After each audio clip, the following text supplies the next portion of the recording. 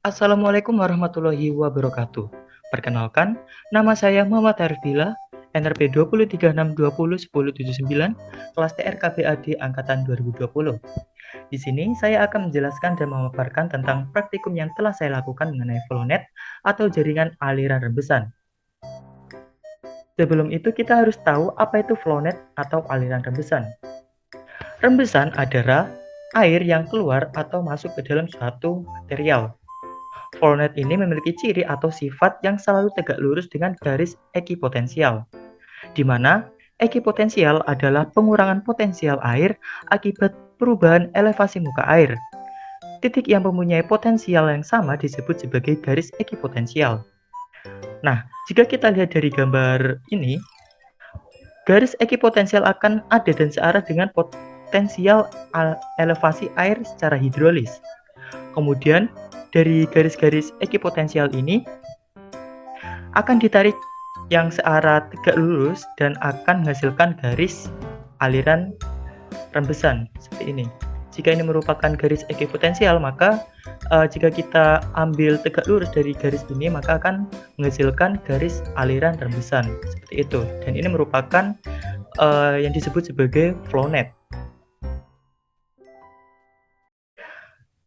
Nah, contoh kasus dari flownet atau aliran rembesan ini terdapat pada bendungan, yang mana air akan tertahan dan dimanfaatkan sesuai dengan kebutuhan di sekitarnya.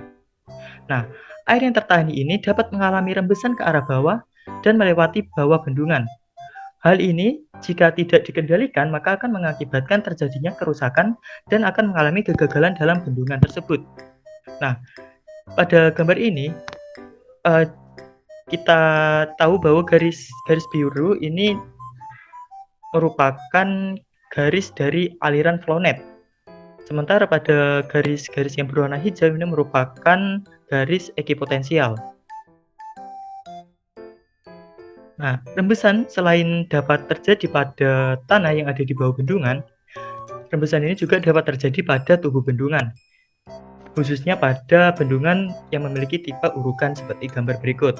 Nah, rembesan ini jika tidak dikendalikan, maka juga dapat akan mengakibatkan kegagalan hidrolis pada bendungan dan akan mengakibatkan bendungan tersebut itu jebol atau runtuh.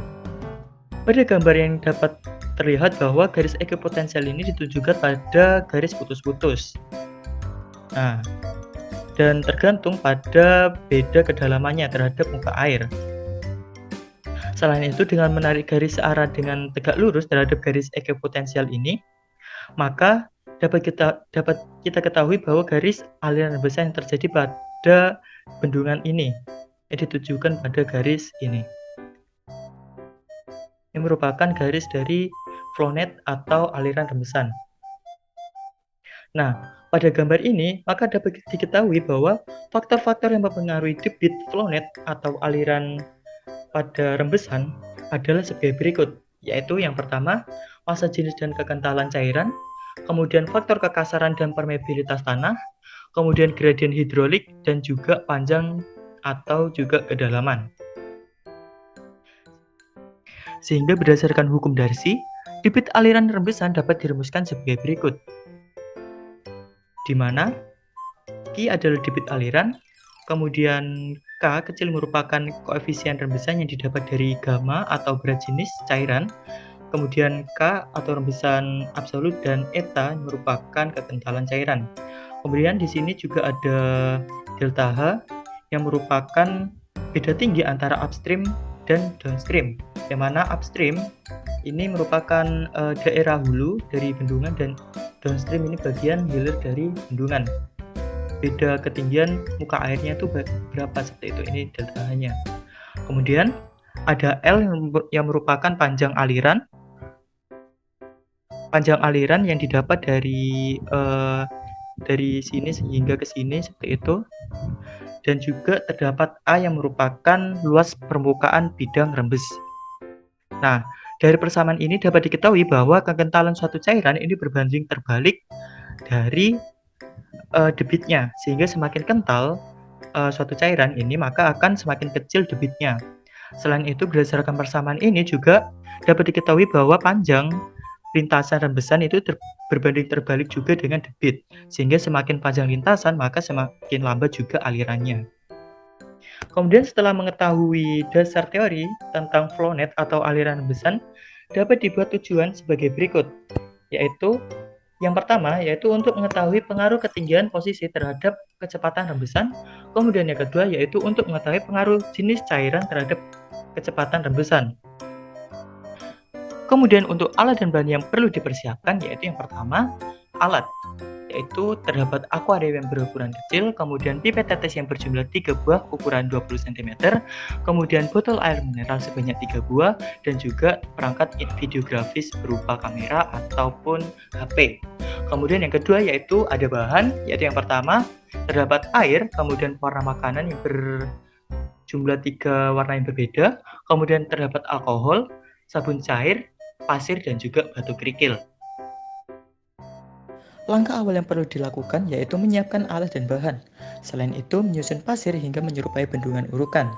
Kemudian, pada sisi-sisi miring pasir tersebut diletakkan kerikil agar tidak terjadi longsoran saat terkena air.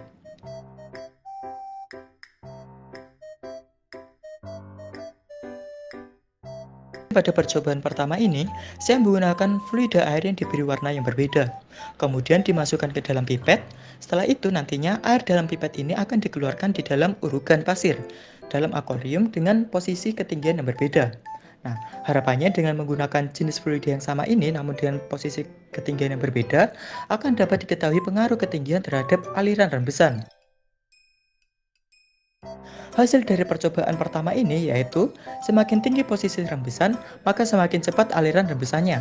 Hal ini sesuai dengan teori bahwa semakin tinggi beda elevasi muka air pada upstream dan downstream, maka akan sebanding dengan panjang aliran rembesan, di mana panjang lintasan rembesan ini berbanding terbalik dengan kecepatan aliran, dan ini dibuktikan dengan aliran yang berwarna biru lebih lambat daripada aliran yang ada di atasnya. Hal ini dipengaruhi oleh panjang lintasannya.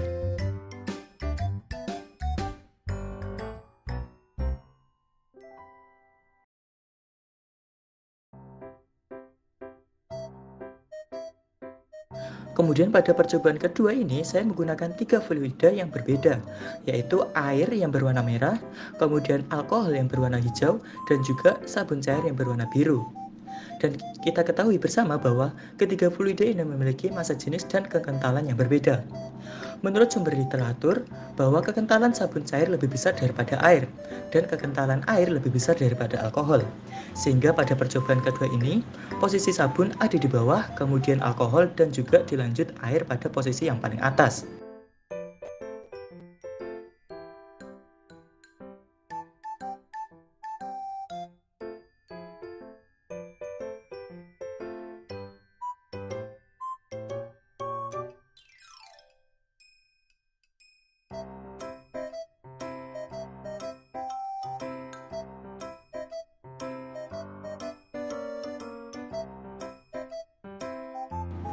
Hasil dari percobaan kedua ini yaitu air yang berwarna merah lebih cepat daripada alkohol, kemudian dilanjut dengan air sabun.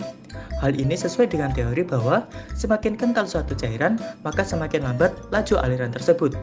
Hal ini dapat terlihat pada sabun cair yang memiliki aliran yang lebih lambat daripada fluida yang lain yang memiliki kekentalan yang lebih kecil.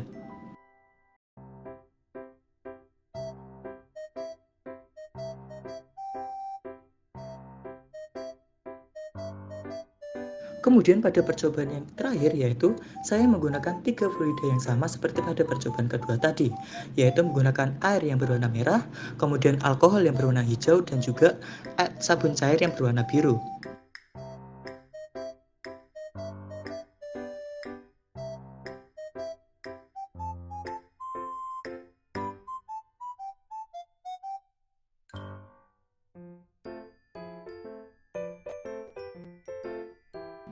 Namun pada percobaan ketiga ini, posisinya diubah sebagai berikut, yaitu sabun cair yang berada di paling atas, kemudian air, dan yang paling bawah adalah alkohol.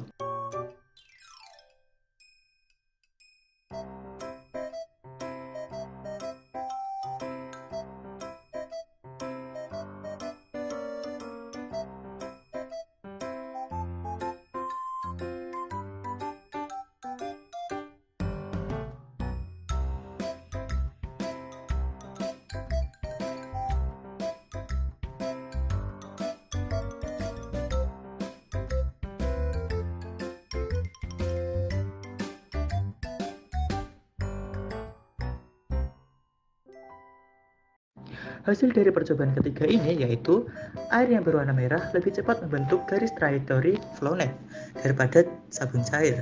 Dan air dapat menyusul aliran flownet dari sabun cair. Hal ini sesuai dengan teori bahwa semakin kental suatu cairan maka semakin lambat alirannya, dan semakin encer cairan akan semakin cepat alirannya. Hal ini dapat terlihat pada sabun yang memiliki kekentalan yang tinggi, namun laju alirannya yang kecil daripada air yang memiliki kekentalan yang lebih rendah. Kemudian untuk alkohol yang berada di bawah memiliki aliran yang cepat terbentuk, namun memiliki laju yang kecil. Hal ini dipengaruhi oleh panjang lintasan yang besar, sehingga tidak dapat menyusul aliran air yang ada di atasnya.